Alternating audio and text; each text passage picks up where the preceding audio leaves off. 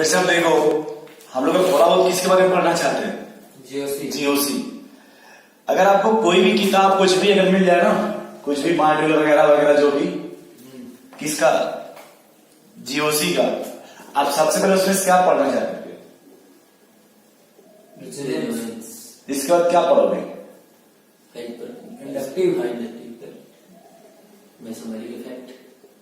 देखो, रेजोनेंस का दूसरा नाम क्या है? ऐसे अलग से नाम मत लो। रेजोनेंस का दूसरा नाम क्या है? और दूसरा फिर क्या है? और तीसरा आपका हाइपर कंजुगेशन। और फोर्थ आपका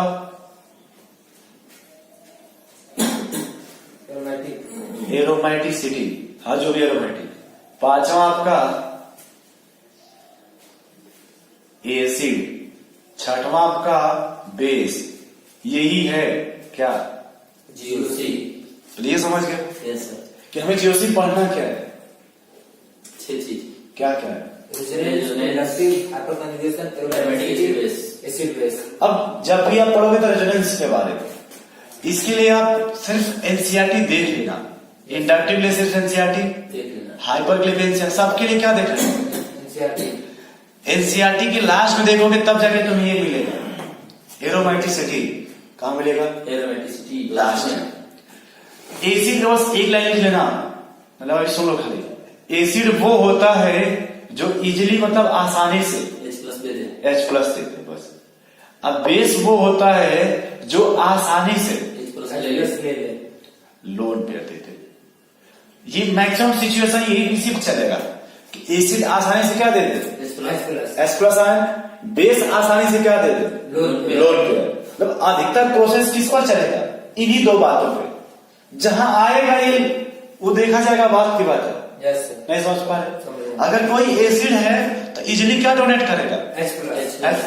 अगर बेस है तो आसानी से क्या डोनेट करना चाहिए? Lone pair. और एरोमेटिक, देखो 3 चीज होता है, AA और नाम। Aromatic, anti aromatic, non aromatic. अपना एक्सपीरियंस बोलता है कितना सफिशियंट है आपके लिए, कितना ही ग्राफ। सिर्फ एक सिचुएशन देखो, फिजिक्स केमिस्ट्री और बायो। हाँ, फिजिक्स केमिस्ट्री और मैथ। पी का मतलब प्लैनर, sp2। सी मतलब cyclic, complete conjugation. M 4n+2 pi electron.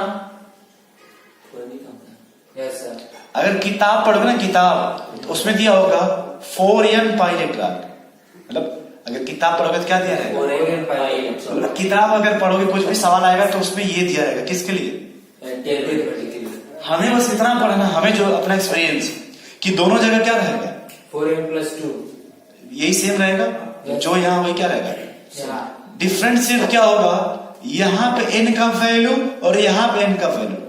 इस यहाँ n का वैल्यू किस में आना चाहिए? बस एक लाइन, सिर्फ क्या? बस। सब कुछ अंडर कंट्रोल है कि नहीं? अरे देख लो विद्यार्थी, ट्रेलर बता रहे हैं कि अगर ये n का वैल्यू फ्रैक्शन में आ गया, किसमें? फ्रैक्शन। तो वो क्या हो जाएगा? अगर फ्रैक्शन नहीं है, एरोमेटिक। अगर कोई भी कंडीशन अब्सेंट हो गया, इसमें से कुछ भी अब्सेंट हो गया तो नहीं समझ पाए। इसमें से कुछ भी अब्सेंट हो गया इन दोनों में से तो क्या हो जाएगा? लेकिन अगर वो फ्रैक्शन में आ गया तो अब फ्रैक्शन नहीं आया तो अब फ्रैक्शन में आ गया तो आंटी नहीं, एंटी होता है। और एक नाम से आएगा स्टेबिलिटी। तो सबसे अधिक ए, फिर Na और फिर डबल ए। स्टेबिलिटी के साथ सबसे अधिक कौन स्टेबल होगा? फिर इस तरह का सवाल तुम्हें टाटा मार में मिलेगा। वो बार बार से पूछेगा स्टेबिलिटी। पहला आईडी क्या है? उसमें एक वर्ड सिर्फ याद रखो, 2 वर्ड होता है उसमें रेजोनेंस में। कितने? 2। कि किसी भी मॉलिक्यूल्स में एक से ज्यादा स्ट्रक्चर बनना चाहिए। एक से ज्यादा स्ट्रक्चर। जैसे मेथिन का नाम सुने हो? Yes sir. तो उसका एक स्ट्रक्चर बनता है। तो उसके एक ही स्ट्रक्चर से बॉन्ड लेंथ, बॉन्ड एंगल सब कुछ एक्सप्लेन कर दोगे। लेकिन रेजोनेंस वहां प्रेजेंट होगा जिस मॉलिक्यूल में एक से ज्यादा स्ट्रक्चर बनेगा। जब एक से ज्यादा स्ट्रक्चर बनेगा, क्या एक स्ट्रक्चर हर प्रॉपर्टी को बता पाओगे? नहीं समझ पा रहे। इंडक्टिव वहां लगेगा जहां इलेक्ट्रोनिगेटिविटी का डिफरेंस होगा। अब इलेक्ट्रोनिगेटिविटी का डिफरेंस, हमने आपसे ये नहीं कहा कि कार्बन में कैसा बॉन्ड होना चाहिए। सिंगल भी हो सकता है, डबल भी हो सकता है, ट्रिपल भी हो सकता है, लेकिन हमने सिर्फ आपसे यही वर्ड बोला कि इलेक्ट्रोनिगेटिविटी का डिफरेंस, उसी को बोलते पोलराइजेशन। यानी किसी भी कंपाउंड्स में अगर पोलराइजेशन है तो वहां पे क्या लगेगा? Inductive effect. हाइपर में क्या है? Active centre. 3 मैटर होता है, active centre, alpha carbon, alpha H. 3 बात इसमें भी होती है। Active centre, alpha carbon, alpha hydrogen, alpha carbon, alpha H. Alpha H हमेशा किस कार्बन पर होना चाहिए? sp3, sp2, sp3 पे।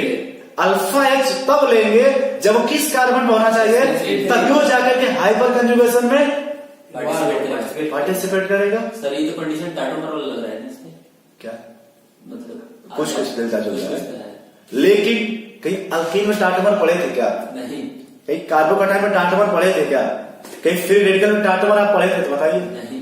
टाटोमर सिर्फ होगा कीटोन में, मतलब विड्राइंग ग्रुप में। कीटोन हो गया, डिहाइड हो गया, डाइट्रो हो गया, नाइट्रोसो ग्रुप हो गया, एमाइड हो गया, एनहाइड्राइड हो गया, नहीं उसमें नहीं आएगा।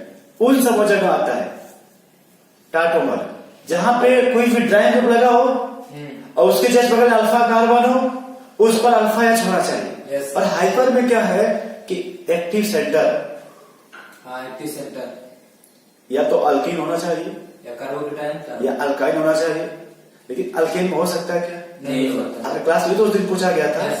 कुछ लोग अल्केन को ही लपेटते रहे थे, हम समझ गए थे आउट ऑफ सिलेबस चल रहा है, फिर भी तो है अपने में आपस में क्या है तो है, फिर भी लेकिन आउट ऑफ सिलेबस है, फिर वो तो कौन जाएगा बोलने। हाइपर के लिए 3 जगह देखना यार, अल्कीन, अल्काइन, कार्बोकटाइन, फ्री रेडिकल। नहीं समझे? नहीं होगा सर। क्या? नहीं। और एक बात और याद रखना कि यहां से लेके यहां तक सब में plus R plus I plus H मिलेगा। Plus R plus I plus H, और सब में minus R minus I minus H. फिर से समझो, तीनों में प्लस आर मिलेगा, मतलब plus R plus I plus H, minus R minus I. बस एक बात याद रखना केमिस्ट्री में, ऑर्गेनिक में, कि जहां भी अगर प्लस लिखा हो, प्लस का मतलब डोनेट करना, जहां प्लस है प्लस का मतलब डोनेट करना, और माइनस का मतलब विड्रा, खींचना। जैसे वो दरवाजा है कि नहीं, तो आप उसको खींचते हो कि नहीं, तो उसको विड्राइंग ग्रुप बोलते हैं। जैसे आप खींच रहे हो ना, उसको विड्राइंग बोलते हैं। और आप अगर ऐसे करोगे तो डोनेट बोलेंगे। आप किसी को ब्लड देते हो ना, यस सर, तो वहां देखो हमेशा जब किसी का ब्लड देते हो, क्या ऐसा बोलता है क्या कोई कि फलाने का ब्लड खींच लिए है? नहीं। ऐसा ऐसा कोई बोलता है कि भैया उनके यहाँ गए थे तो जो उनके चाचा थे इनका ब्लड खींच लिए? ऐसा कोई बोलता है? नहीं बोलता। वो बार बार यही बोलता है कि भैया गए थे, उनको ब्लड डोनेट किया। तो डोनेट का मतलब देना, चाहे आप मर जाओ या बच जाओ, उससे हमसे कोई मतलब नहीं। लेकिन डोनेट का मतलब सिर्फ क्या होगा? देना। अगर वो ठीक ठाक है तो बच जाएंगे, कंडीशन गड़बड़ है तो मर जाएंगे। लेकिन डोनेट का मतलब सिर्फ क्या रखोगे? देना। लेकिन विड्राइंग का मतलब खींच लेना, विड्राइंग का मतलब खींच लेना। तो बस यही कल पढ़ा जाएगा। ये देखो ये सब झंडू बाम है। ये तुम्हें आएगा तो ये समझ में आएगा, ये नहीं आएगा तो ये सब नहीं आएगा। साफ बात, नहीं समझे? ये आएगा तीनों, चारों, ये तीनों आएंगे, और अगर ये तीनों नहीं आएंगे तो ये सब नहीं आएंगे। चलो यही चर्चा बंद करते हैं। जय हिंद, जय भारत।